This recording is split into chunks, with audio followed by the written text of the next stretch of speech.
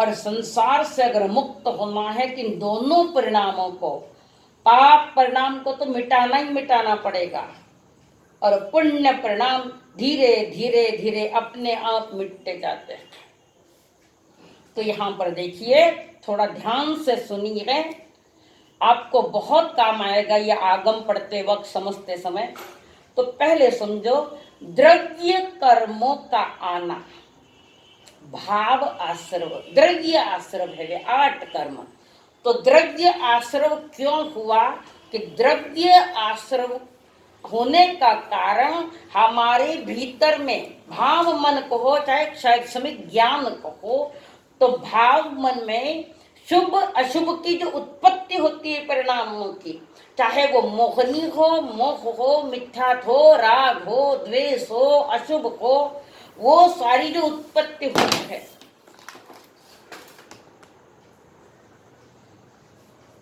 वो जो उत्पत्ति हुई है परिणामों में, शुभाशुभ भावों की जो उत्पत्ति हुई है, उस उत्पत्ति को हम भाव आश्रव कहते हैं। देखिए संसार का चक्र कैसे चलता है। जब अतीत के कर्म आत्मा का साथ रहने का कालमान पूरा होने के बाद जब उदय में आते हैं, तो उदय के साथ जीव अगर गलती कर ले तो उस राग और द्वेष परिणामों में कभी सुख का अनुभव करता है, कभी दुख का अनुभव करता है। तो ये सुख दुख का अनुभव करता है, उस समान परिणाम करते हैं। तो ज्ञानी जन कहते हैं वो परिणाम ही नया कर्म देकर जाते। पुराना कर्म तो निकला पर नया कर्म देके गया। ये सारा आश्रव का खेल संसार का है।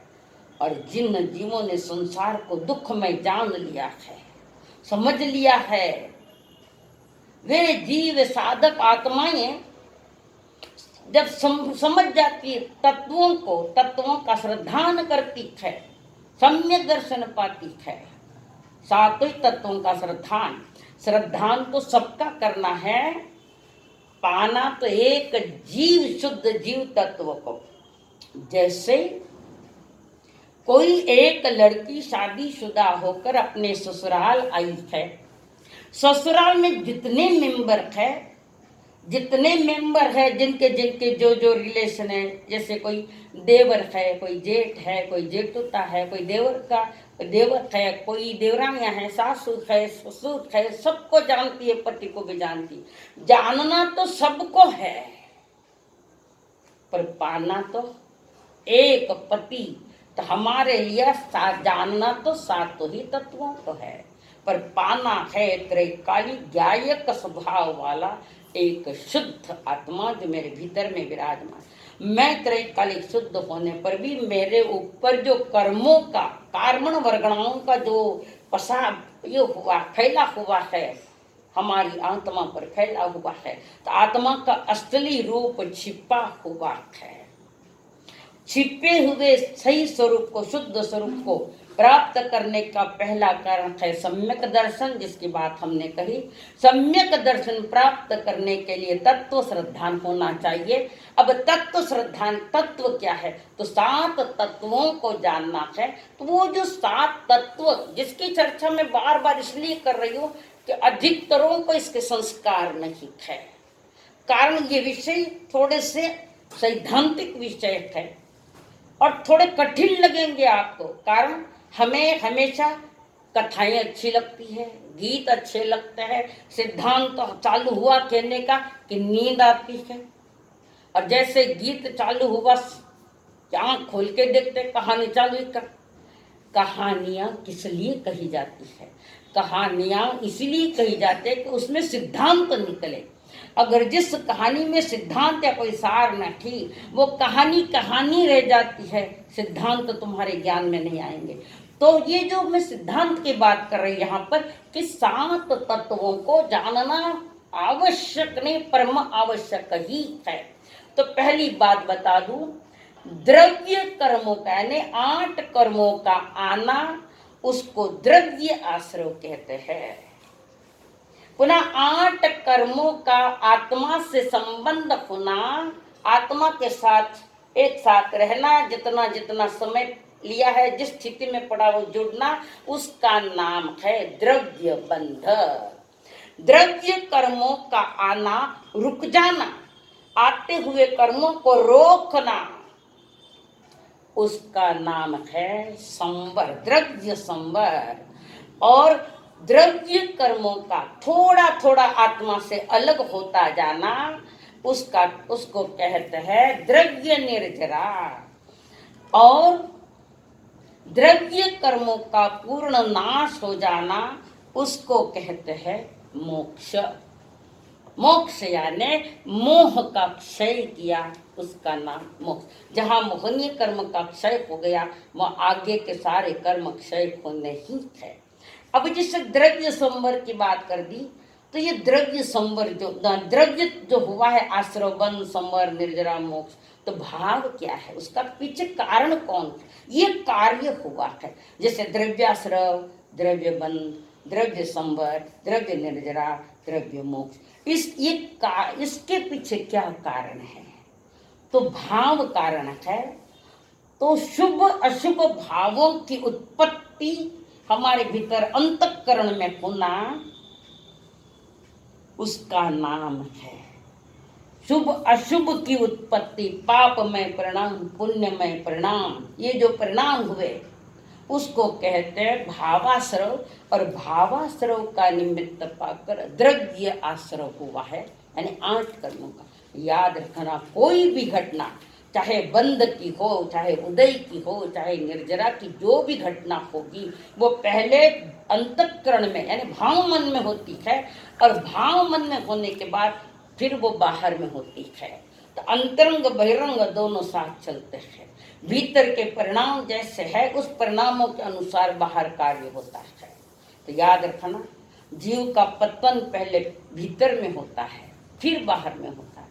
पाप परिणाम पहले भीतर में आते हैं, फिर बाहर में होते हैं। कभी कभी ऐसा भी होता है कि परिणाम भीतर में तो आए पर बाहर में क्रिया नहीं की। तो बाहर में क्रिया नहीं की, इसका मतलब आपने कर्म बंध नहीं किया, ऐसा नहीं है।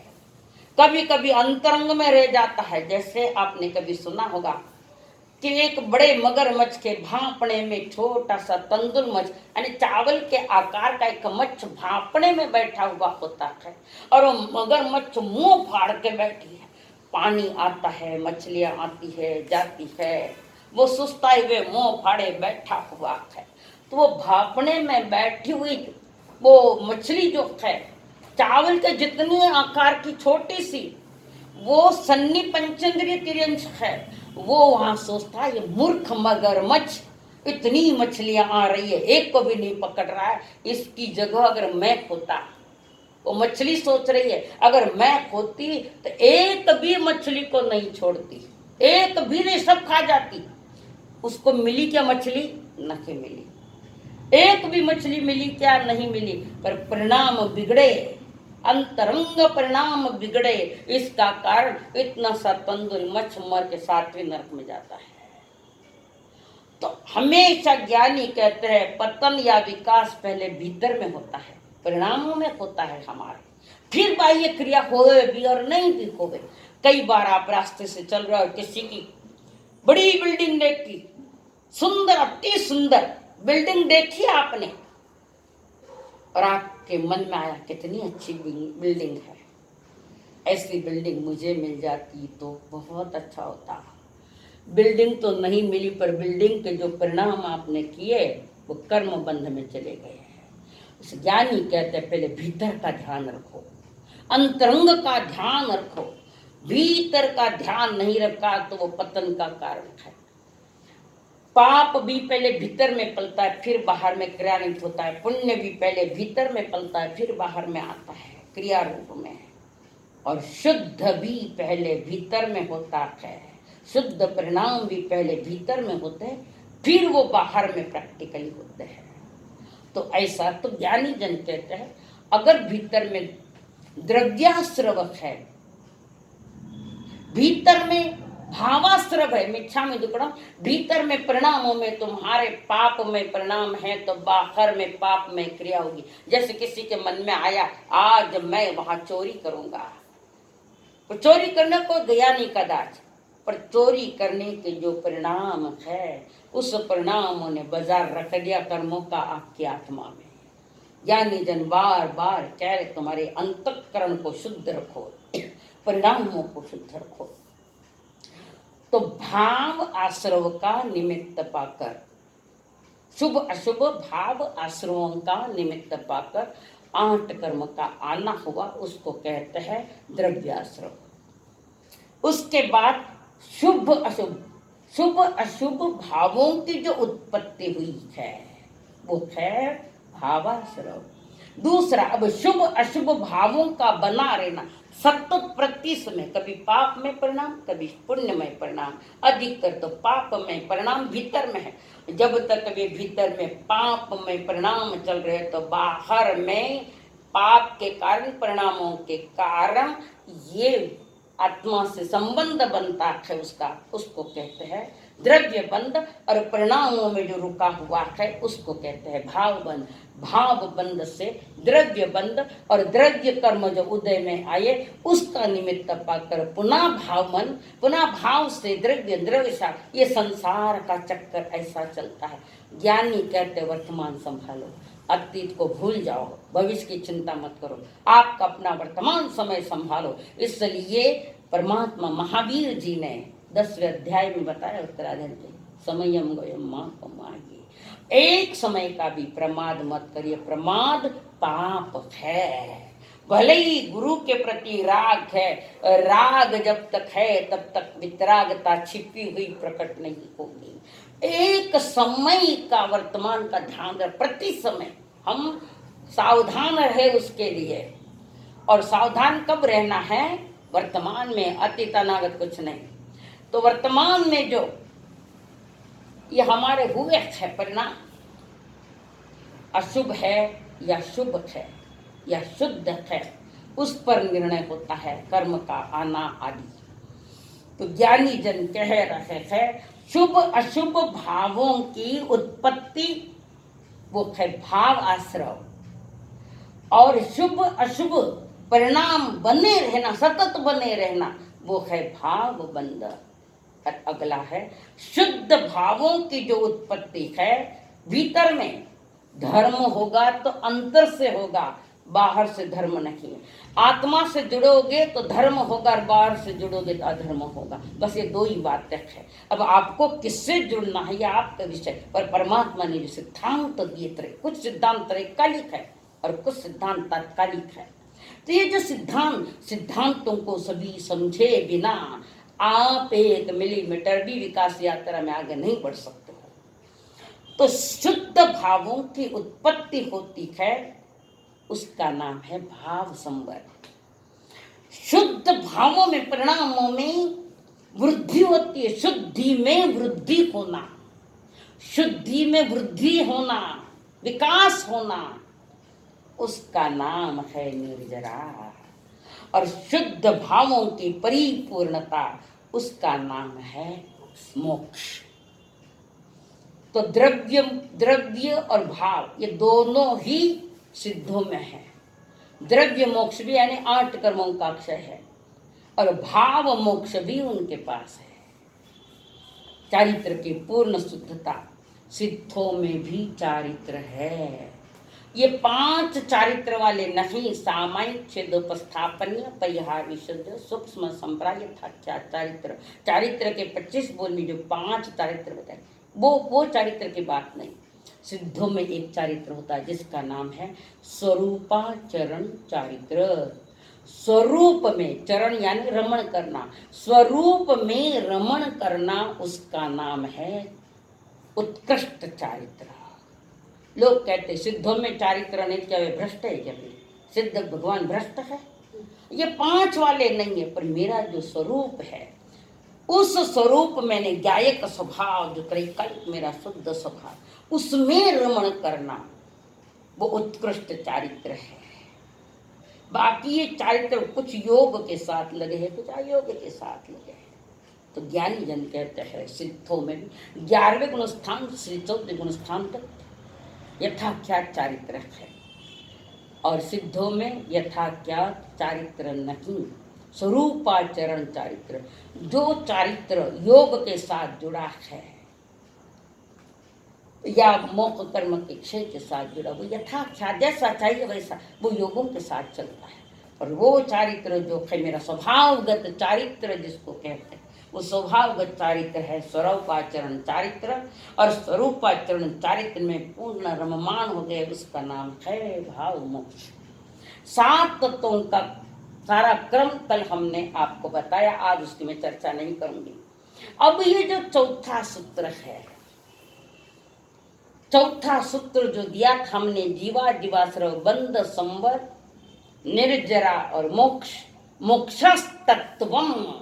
यहाँ तत्वम जो शब्द है वो अंतिम शब्द एक वचन का सूचक है। सूत्र देख लेना, कभी जीवा जीवाश्रव बंध संवर निर्जरा मोक्षास तत्वम, ये 7 तत्व है। और आगे एक वचन दिया संस्कृत के शास्त्र में तत्वम, तो वो जो तत्वम शब्द जो है वो एक वचन का सूचक है। इससे यह सिद्ध होता है कि एक वचन होने से क्या सिद्ध होता है, क्यों एक वचन लिया है, ये इसमें समझा रही हूं कि भाई जो तत्वम शब्द जो लिया है वो तत्व कहता है आवश्यक रूप, कारण रूप है। तो वो तत्व जो एक वचन है यह सिद्ध करता है कि समस्त स्व पर द्रव्य और उनके भावों से रहित, स्व यानी मैं, मेरी चेतना, स्व और पर द्रव्य और उनके भावों से रहित मैं एक निज शुद्ध आत्मा ही उपादेय हूँ। 7 तत्वों में संपूर्ण उपादेय यानी आदरणीय योग्य, संपूर्ण उपादेय यानी संपूर्ण आदेय, आदर आदय उपादेय यानी आदरणीय योग्य, वो है एक जीव तत्व। इन सब में जीव तत्वों को पकड़ना है। 7 तत्वों में, कारण सभी में जीव तत्व का, अजीव छोड़कर सभी में जीव तत्व का अस्तित्व है। आश्रम में जीव है, बंध में जीव है, संवर में जीव है, निर्जरा में जीव है, मोक्ष में जीव है, जीव तत्व ही। और पहला नंबर में भी जीव तत्व है। 7 तत्वों में छिपी हुई चेतना को हमें प्रकट करना है, तो ये विधिवत साधना है। जैसे दही मक्खन नहीं है, दही मक्खन नहीं है, दही में मक्खन है। उदाहरण दे रही हूं, ठीक से समझो। दही मक्खन नहीं है, पर दही से बाहर भी मक्खन नहीं है। उस मक्खन का मंथन करना पड़ेगा। और मक्खन है दही का मंथन, मीठा में दुखड़ा। जैसे एक बर्तन है, बर्तन में दही है, एक बड़ी रस्सी है, एक मथानी है, पहले के जमाने में करते थे। तो दही में वो मथानी छोड़ी हुई है और मथानी को ऊपर रस्सी लगाई है, आगे पीछे, तो उसका मंथन हो रहा है। वो दही रूपी 7 तत्व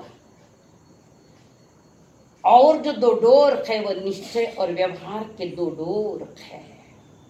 और वो जो मथानी है वो मथ रही है।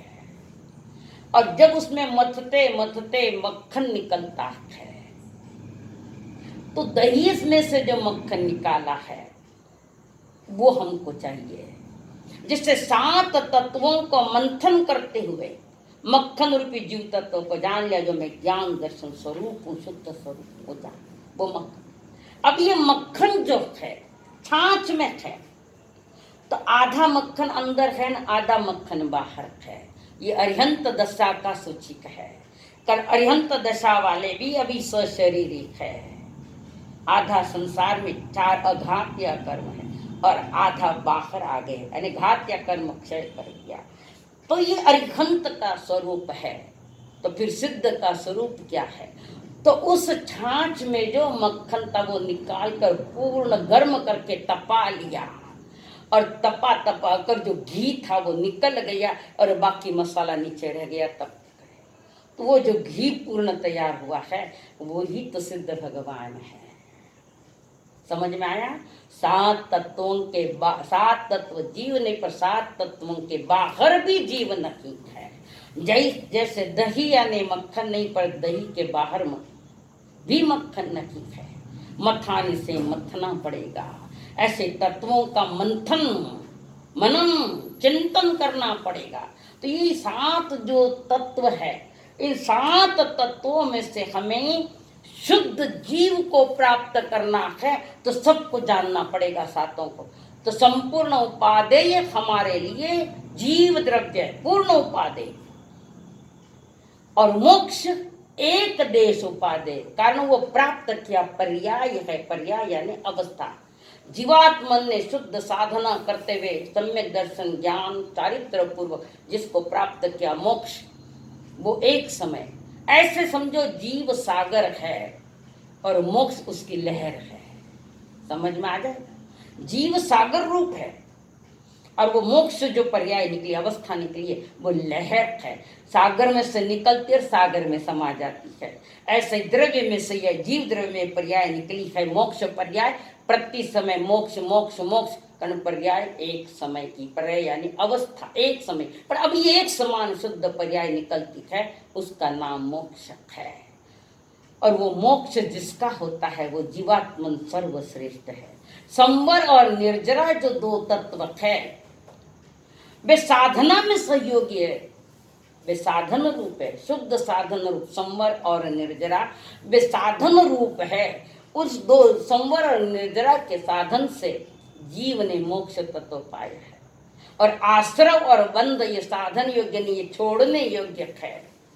तो आश्रव और बंध ये संसार का कारण है। संवर और मोक्ष ये मोक्ष, संवर और बंध निर्जरा ये मोक्ष के कारण है।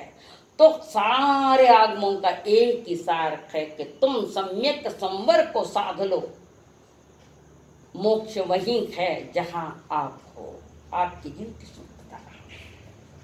तो ज्ञानी जन क्या सिद्धांत कहता है, एक निज शुद्ध आत्मा ही हमारे लिए उपादेय है। जानने योग्य सभी है, पर प्राप्त करने योग्य एक जीव तत्व जो पहला है, जिसका मोक्ष होता है कर्म निकल कर, जो पूर्ण शुद्ध प्रकट हो गया, वो पूर्ण हमें उपादेय है। इस सूत्र में सात तत्व कहे वे आवश्यक है, अत्यंत आवश्यक है समझना। कारण इन सात तत्वों के श्रद्धांश से जिससे सुख प्राप्त एवं दुख का अभाव होता है, वो सुख भी कौन सा? अखंडित सुख। संसार का जो सुख है वो पराधीनता का है, वो खंडित होता है। किसी पदार्थ को लेकर सुख मनाया और वो पदार्थ सतत आपके सामने साथ रहेगा, नियम नहीं। या तो पदार्थ चला जाएगा या पदार्थ को छोड़कर हम चले जाएंगे, कोई नहीं। तो संसार का जो सुख है वो खंडित है और मुक्ति का सुख है वो अखंड, जिसमें कभी खंड नहीं पड़ता। तो ऐसा परमानंद सुख जिसको कहते हैं परम तत्व वाला आनंद रूपम परमात्म तत्व, उस परम तत्व को पाने के लिए सात तत्वों का जानना नितांत आवश्यक है। कारण सात तत्वों के माध्यम से ही हमारा जो प्रयोजन है मंजिल को पाने का, इसको समझे बिना नहीं पा सकते। पहले तो समझना, फिर स्वयं पर प्रैक्टिकली प्रयोग करना। तो जीव अनादि से अशुद्ध दशा वाला था, आश्रव बंध दुख का तथा संवर निर्जरा मोक्ष सुख का कारण है। संवर भी तुम्हारे पास है, तुम्हारी चेतना में, निर्जरा भी तुम्हारे पास है। तो इस संवर और निर्जरा ये साधन रूप उपादेय है। साधन के रूप में कार्य पूरा हो गया कि मोक्ष में संवर और निर्जरा कुछ नहीं होती है। तो अनादि से हमारी जीव जो अशुद्ध दशा वाला है, आश्रव बंध है, दुख का कारण है वो, तथा संवर निर्जरा ये मोक्ष सुख का कारण है। अजीव के लक्ष्य से यानी पुद्गल द्रव्य भौतिकवाद के लक्ष्य से जीव की जो अशुद्धि हुई है, उस अशुद्धि का निवारण करने के लिए और शुद्धि की प्राप्ति के लिए जीवादि सातों तत्वों का श्रद्धान करना अनिवार्य है, करना ही पड़ेगा। इस भव में नहीं तो किसी न किसी भव में इसको जाने बिना संसार से छुटकारा नहीं और नहीं है। अगला सूत्र ज्ञानी जन कह रहे हैं, जो तत्वों के अर्थ समझाने की जो एक निक्षेप रूप पद्धति है, ये वो सूत्र है। 5वां सूत्र पर चल रहे हैं हम लोग। नाम स्थापना द्रव्य भाव तस्तन्यासः।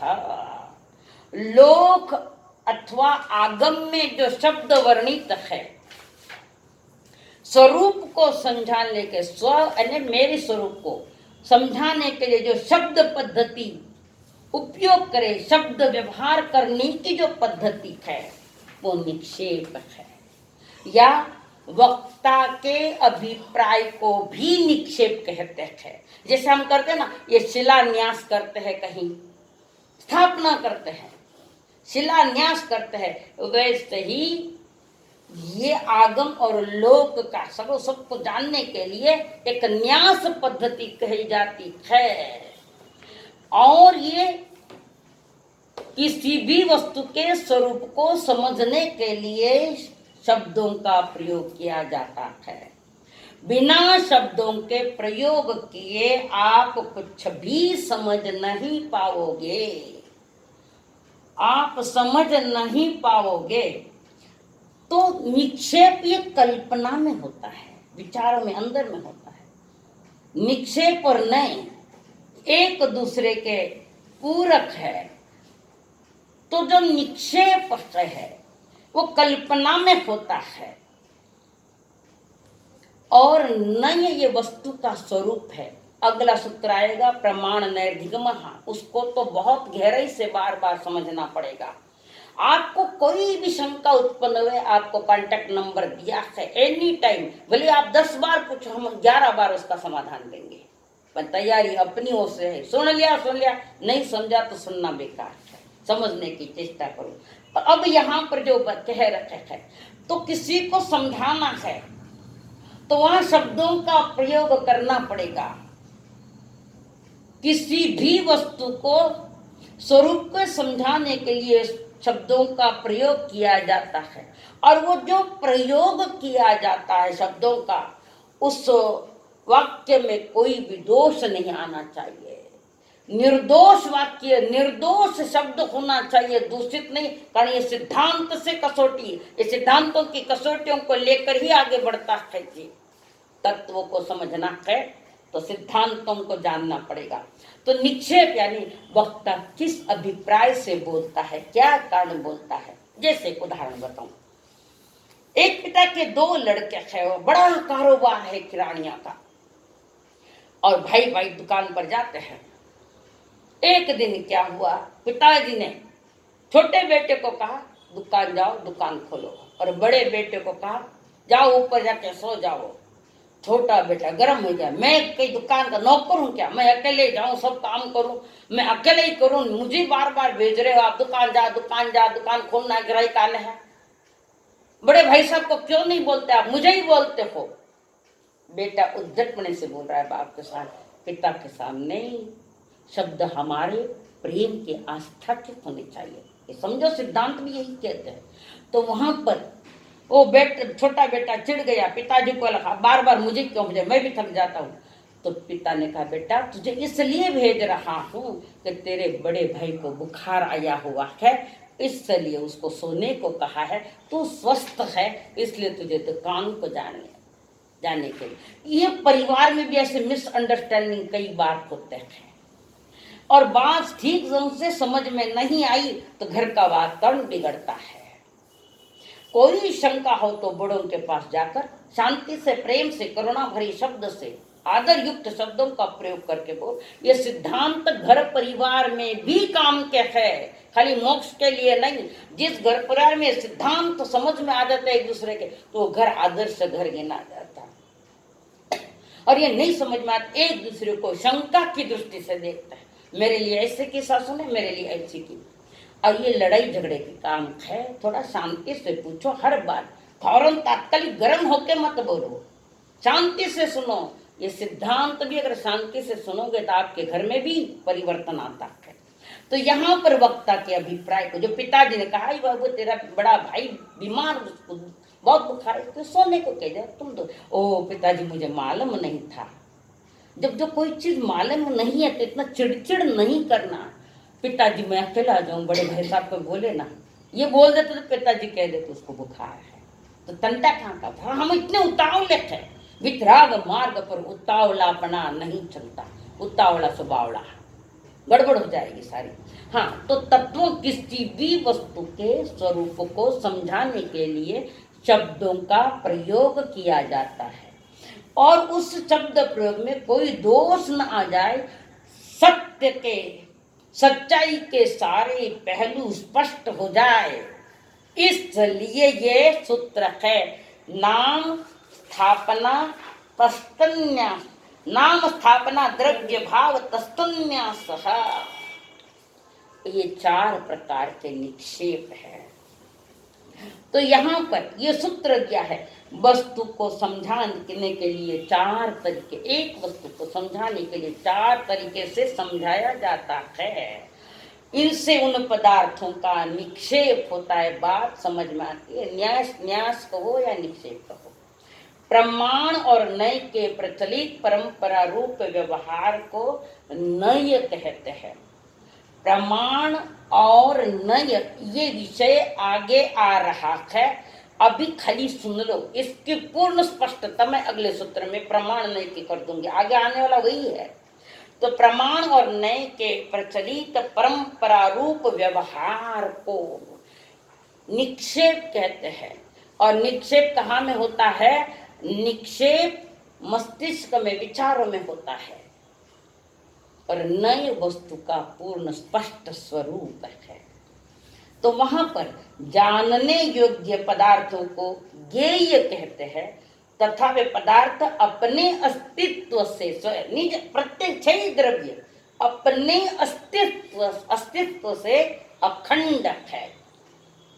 जीव भी अखंड है, पर अखंड को अखंड से नहीं समझाया जाता, अखंड को खंड कर करके समझाना पड़ेगा। जैसे पहले सूत्र के खंड किए हैं, कौन सा, सम्यक दर्शन ज्ञान चारित्राणि मोक्ष मार्ग, तीनों का एकत्व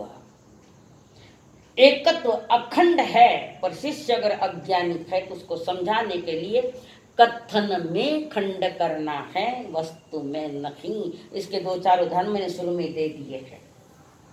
तो जगत का प्रत्येक पदार्थ अपने अस्तित्व से अखंडित है, तथापि उसको कल्पना में यानी समझाने हेतु जो भेद किए जाते हैं, किसी भी वस्तु को, अखंडित वस्तु को समझाने के लिए कल्पना में पहले भेद होते हैं, कल्पना में, फिर शब्दों के माध्यम से जो आता है वो है नय। एक खंड को समझ लिया, वो एक खंड यानी नय, और उसको कहना है, कहने की जो शैली है उसको हमारे यहाँ शादवाद कहते हैं।